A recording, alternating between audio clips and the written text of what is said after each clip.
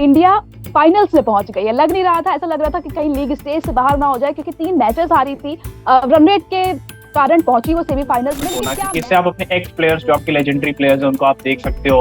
उनका मैच क्योंकि हम मिस करते हैं सचिन की बैटिंग को, सहवाग की बैटिंग को, युवराज की बैटिंग को। और कल युवराज सिंह, रॉबिन उथप्पा, इरफान पठान, यूसुफ पठान, इन्होंने जो पारी खेली है, क्या शानदार खेली है। और जरूर फैंस इससे बेहद खुश होंगे। एफर्टलेस सिक्स वो लगाते थे जिस तरीके से, आई थिंक वो पूरी यादें जो थी वो ताजा हो गई। तो बहुत अच्छा लगा। और यूसुफ पठान तो कंसिस्टेंटली बहुत अच्छा करते आ रहे इस टूर्नामेंट में, तो एक और मैच में उनकी एक अच्छी परफॉर्मेंस देखने को मिली। इवन इरफान ने भी कहीं कहीं रन दिए हैं, बट अच्छा किया उन्होंने। ये लीग ऐसी है कि हार या जीत फर्क नहीं पड़ता, लेकिन क्योंकि आज पाकिस्तान के खिलाफ मुकाबला है, तो सभी चाहेंगे कि ये मुकाबला इंडिया टीम अपने नाम करे। लेकिन इस वक्त पाकिस्तान बहुत बड़ी चुनौती बनी हुई है। इंडिया पाकिस्तान का मैच ऑब्वियसली जो पाकिस्तान की करंट टीम तुलिका खेल रही है, वो मुझे लगता है जो करंट टीम है, जो भी T20 वर्ल्ड कप में थी, बाबर की कैप्टनसी, वो बहुत ही बुरा है परफॉर्मेंस उन्होंने किया और बहुत बुरा खेल रहे हैं। क्योंकि और ऐसे ही अब खबरें आ रही है कि शर्तें उनकी बढ़ती जा रही है, चाहे उनका खुद का कोचिंग स्टाफ सेलेक्ट करना हो, चाहे कुछ और हो। क्या लगता है आगे चलकर ये गौतम गंभीर के साथ जो इंडिया टीम बनने वाली है? हेलो, वेलकम, नमस्ते, स्वागत है आप सभी का क्रिकलेन में। और मैं हूं आपके साथ तुलिका श्रीवास्तव। आज मेरे साथ मौजूद है अंकित, एज अ क्रिकेट एक्सपर्ट। इसको पहले भी आपने देखा है वीडियोस में इनको, और आज बहुत दिनों बाद हमें मौका मिला है साथ में बैठने का और कुछ चीजें डिस्कस करने का। और जैसा कि हम हमेशा करते हैं इन वीडियोस में, क्रिकेट के कुछ टॉपिक्स लेके आते हैं और उसके बारे में चर्चा करते हैं। आज भी हम ऐसा ही कुछ करने वाले हैं। सबसे पहले Ankit, welcome. Welcome Tulika, thank you so much invite करने के लिए, थैंक यू।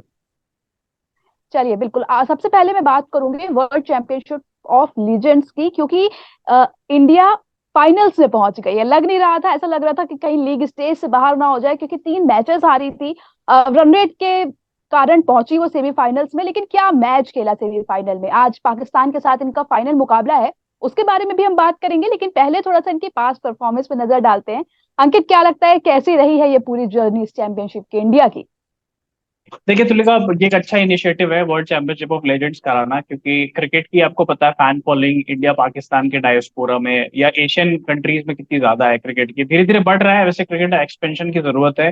बट ये बहुत जरूरी था वर्ल्ड चैंपियनशिप ऑफ लेजेंड्स जैसे टूर्नामेंट होना, क्योंकि इससे आप अपने एक्स प्लेयर्स जो आपके लेजेंडरी प्लेयर्स हैं उनको आप देख सकते हो।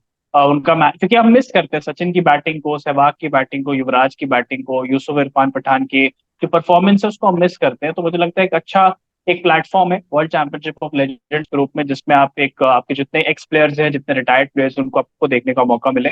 अगर बात करते हैं जर्नी की, तो इंडिया की जर्नी बहुत अच्छी नहीं रही है इस टूर्नामेंट में। हालांकि पाकिस्तान की जर्नी बहुत जबरदस्त रही है।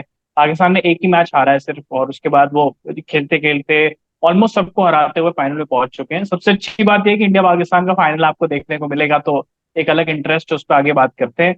बट इंडिया की जर्नी थोड़ी मुश्किल है, जैसे आप ही ने बताया कि 3 मैचेस इंडिया हार चुकी थी।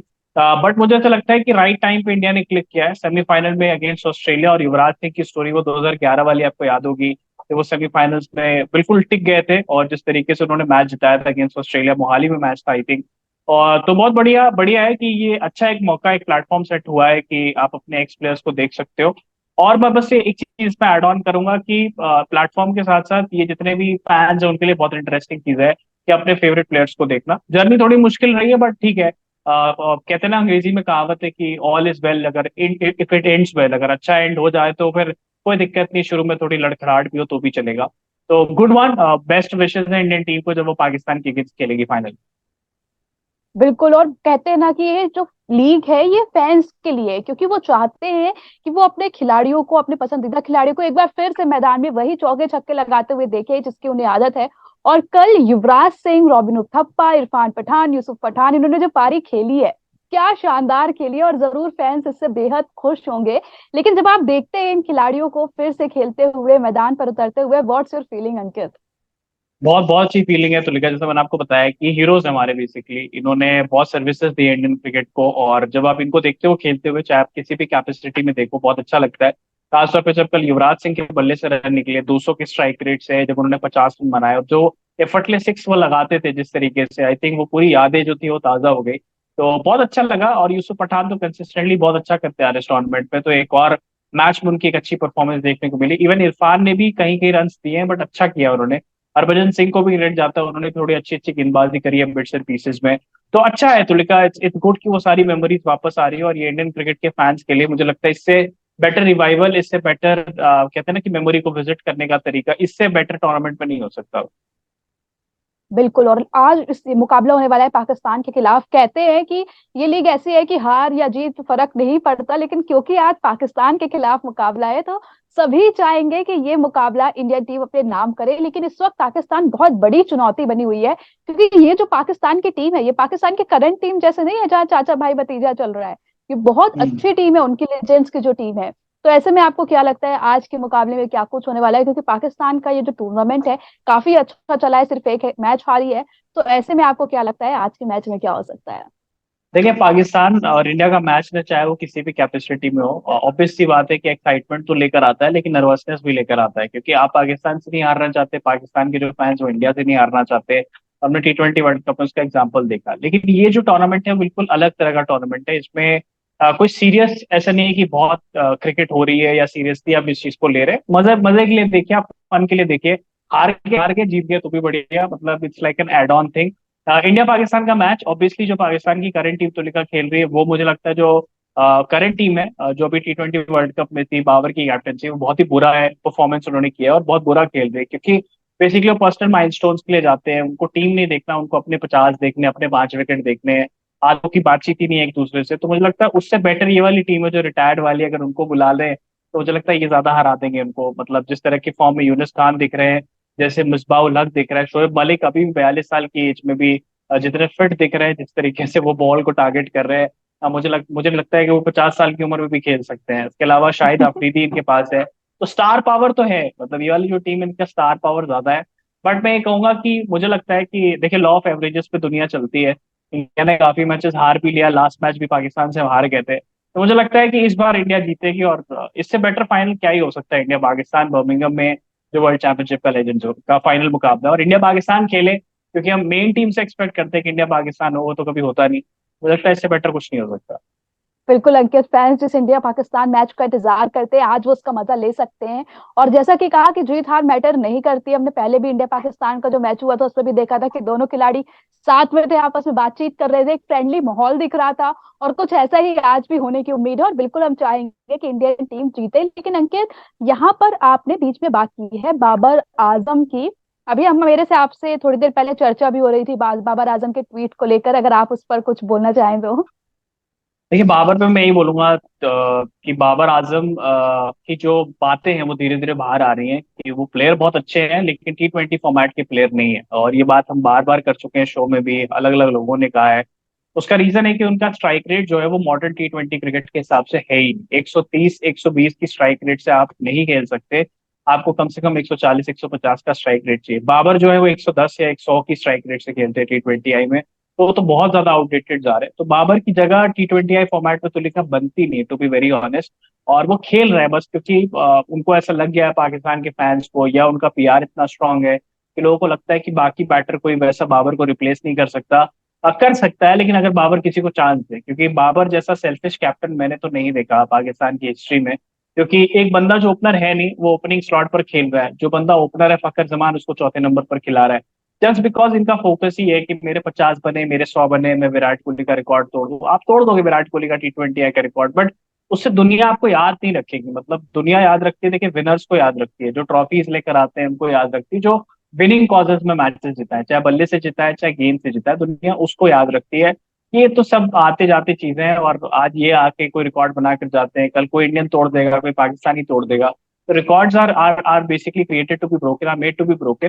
तो मुझे ऐसा लगता है तुलिका कि Babar is the most selfish player that have come across, is the most selfish captain that have come across. और जो वो खेलते हैं वो टेस्ट क्रिकेट के लिए ठीक है, वनडे में भी थोड़ी सी डाइसी है, चलो सिचुएशन के हिसाब से, बट T20 में तो बाबर नहीं उनकी जगह बनती। और मैं क्या, शोएब मलिक ने कह दिया, जो शोएब मलिक अभी 42 साल की उम्र में खेल रहे हैं, उन्होंने बोल दिया कि बाबर अगर इंडिया के लिए होते, इंडिया से खेलते, ऑस्ट्रेलिया से खेलते, इंग्लैंड से खेलते, तो कभी जगह ही नहीं मिलती उनको। प्लेइंग 15 की तो आप, प्लेइंग 11 तो छोड़ दो, 15 में भी उनको जगह नहीं मिलती, क्योंकि वो लेवल ही नहीं है, वो क्लास नहीं है T20 फॉर्मेट का। वो कहीं किसी डोमेस्टिक टीम में हमारे खेल सकते थे, वो भी बहुत, T20 की बात कर रहा हूँ, बहुत मुश्किल से उनको जगह मिलती। अदरवाइज बहुत खूबसूरत बल्लेबाज हैं, जो बैटिंग करते हैं तो अच्छा लगता है, जो शॉट्स वो लगाते हैं टेस्ट क्रिकेट में, वनडे में।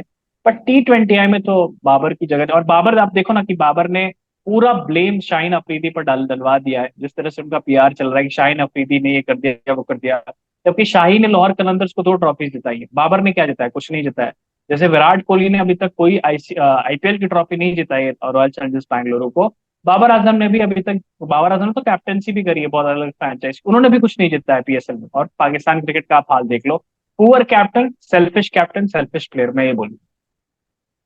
बिल्कुल अंकित, और एक बात बहुत सही कही आपने कि क्रिकेटर जो आज जिनको याद किया जाता है वो उनके पर्सनल माइलस्टोन के कारण नहीं किया जाता, उन्होंने टीम के लिए जो कंट्रीब्यूट किया है उसी लिए वो जो क्रिकेटर्स हैं जो आज लीजेंड्स कहे जाते हैं और जाने जाते हैं। चलिए, पाकिस्तान क्रिकेट की तो हम बात कर ही रहे हैं, लेकिन अभी बात थोड़ा सा इंडियन क्रिकेट की भी कर लेते हैं, क्योंकि इंडियन क्रिकेट में भी बहुत सारे चेंजेस देखने को मिले। किस तरह से? क्योंकि गौतम गंभीर एज अ हेड कोच आए हैं। पहले भी खबरें आई थी कि गौतम गंभीर आए हैं, जब उनका सिलेक्शन प्रोसेस चल रहा था तो उन्होंने कुछ शर्तें रखी थी, और ऐसे ही अब खबरें आ रही है कि शर्तें उनकी बढ़ती जा रही है, चाहे उनका खुद का कोचिंग स्टाफ सेलेक्ट करना हो, चाहे कुछ और हो। क्या लगता है आगे चलकर ये गौतम गंभीर के साथ जो इंडियन टीम बनने वाली है, किस तरह से जो उनकी मांगे हैं, कितनी मानी जाएंगी, कितनी नहीं मानी जाएंगी, और किस तरह से आप इस इंडियन टीम को देखते हैं गौतम गंभीर के साथ फ्यूचर में? देखिए, बीसीसीआई ने गंभीर को एज अ कोच बना करके वो सारी स्पेकुलेशन अब खत्म कर दी कि अब नया कोच कौन है।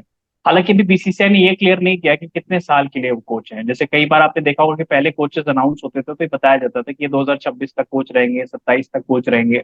एक वो स्पेकुलेशन अभी है कि कब तक गौतम गंभीर को रन कब तक दिया गया, 25 चैंपियंस ट्रॉफी तक, डब्ल्यूटीसी फाइनल तक अगर इंडिया पहुंचती है, या 26 तक T20 वर्ल्ड कप जो इंडिया श्रीलंका में होने वाला है।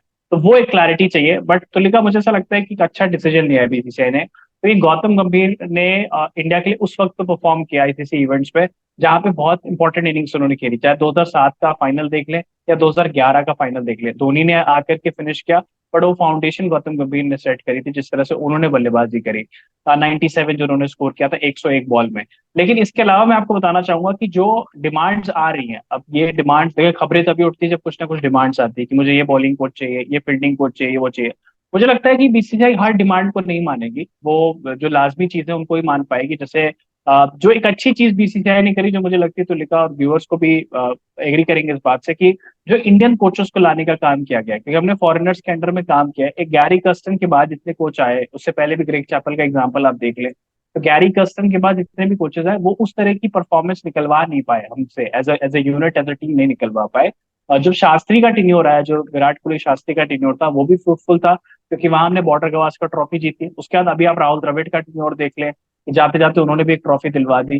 तो मुझे लगता है एक बड़ी अच्छी चीज है, क्योंकि देखिए इसका एक रीजन है, कोई भी ना इंडिया नहीं आ सकता इंडियन क्रिकेट के सेटअप में, क्योंकि इतने ज्यादा क्रिकेट खेलती है ना इंडियन टीम, कि कोच को अपने घर से 250-300 दिन घर से बाहर रहना पड़ता है। तो वो जो रिस्क है ना, वो एक इंडियन ले सकता है, वो कोई फॉरेनर रिस्क नहीं ले सकता। मुझे ऐसा लगता है एक अच्छा चीज है कि आपने गंभीर को एज अ कोच लेकर आए हो। टी दिलीप शायद फील्डिंग कोच जो थे ऑलरेडी वो कंटिन्यू करेंगे, he is a good person, उन्होंने बहुत अच्छा काम किया, फील्डिंग आप देख लो इंडिया की बहुत अपलिफ्ट हो गई है। बट आई थिंक कि जहीर खान को ये लेकर आएंगे, ये फॉरेनर जो कोच के डिमांड कर रहे हैं, या जहीर खान या आशीष नेहरा में से कोई बॉलिंग कोच बन सकता है इंडियन टीम का। लेकिन आशीष नेहरा इससे भी नहीं बनेंगे ना तुलिका, क्योंकि वो ऑलरेडी कोच है गुजरात के। तो मुझे नहीं लगता कि हर आईपीएल फ्रेंचाइज उनको रिलीज करेगी। तो मुझे मुझे ऐसा लगता है कि जहीर खान मोस्ट प्रॉब्ली, क्योंकि अभी वो कोच नहीं है किसी के, और एज एन एक्सपर्ट आते हैं, तो मोस्ट प्रॉब्ली हो सकता है जहीर खान आपको बॉलिंग कोच दिखे। बिल्कुल, और जाहिर सी बात है जहीर खान का जो एक्सपीरियंस है वो बहुत ज्यादा काम आएगा टीम इंडिया के लिए आगे चलकर। देखने वाली बात होगी कि आगे चलकर कौन हेड कोचिंग स्टाफ्स में आते हैं, इंडियन प्लेयर्स आते हैं, और जहां तक है बीसीसीआई इंडियन प्लेयर्स को ही लेगी, क्योंकि हमने हेड कोच के टाइम पे भी देखा था कई सारे फॉरेन प्लेयर्स का भी नाम आ रहा था, लेकिन कुछ लोगों ने पहले ही मना कर दिया। पॉन्टिंग ने पहले मना कर दिया कि भाई इतने मैचेस खेलती है इंडिया, मैं नहीं आ सकता हूँ, वी हैव फैमिली कमिटमेंट। चलिए, बहुत अच्छा लगा अंकित आपसे इन सब मुद्दों पे बात करके। और फैन से भी मैं कहना चाहूंगी कि इंडियन मैचेस जो होंगे तो होंगे, आज इंडिया पाकिस्तान का जो मैच है 9 बजे से होगा, आप जरूर देखें और इंडियन टीम को सपोर्ट करें। थैंक यू सो मच अंकित हमारे साथ जुड़ने के लिए। आप सभी से कल फिर से मुलाकात होगी, तब तक के लिए धन्यवाद, शुक्रिया।